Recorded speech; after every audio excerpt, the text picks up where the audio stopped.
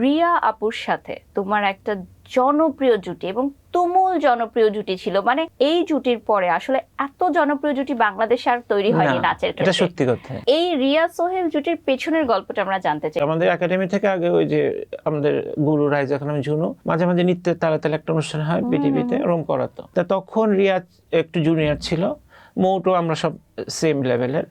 মৌকে নিয়ে সবাই টানা, তখন মৌ তো একটু তখন সেলিব্রিটি। ওই রতন ভাই বলবো আমি নাচবো, আমি বলে আমি নাচবো, আমি তো এরকম করতে করতে পরে আমার রাগ হয়ে গেছে। রাগ হয়ে তখন দেখছি যে এই মেয়েটা তো দেখতে শুনতে, এর দিয়ে আমি একটু ব্রেক দিই। তুমি ভেবেছিলে ভালো করতে পারবে? হ্যাঁ, আমি নাচতো ভালো, কিন্তু ওকে সাইডে রাখতো, হাইলাইট করে নেই। তার মধ্যে তুমি নাচবে আমার সাথে, হ্যাঁ নাচবো। ওই যে ওই রাগের জন্য যে মৌকে রতন ভাই টানতে চাইছে, থাক লাগবেই না মৌকে আমার। তারপর ওখান থেকে আমার শুরু। তারপরে যে আমাদের মধ্যে যে আন্ডারস্ট্যান্ডিং আর কি, নাচের আন্ডারস্ট্যান্ডিংটা এত ভালো হয়েছে যে দর্শকও আমাদের লুফে নিয়েছে।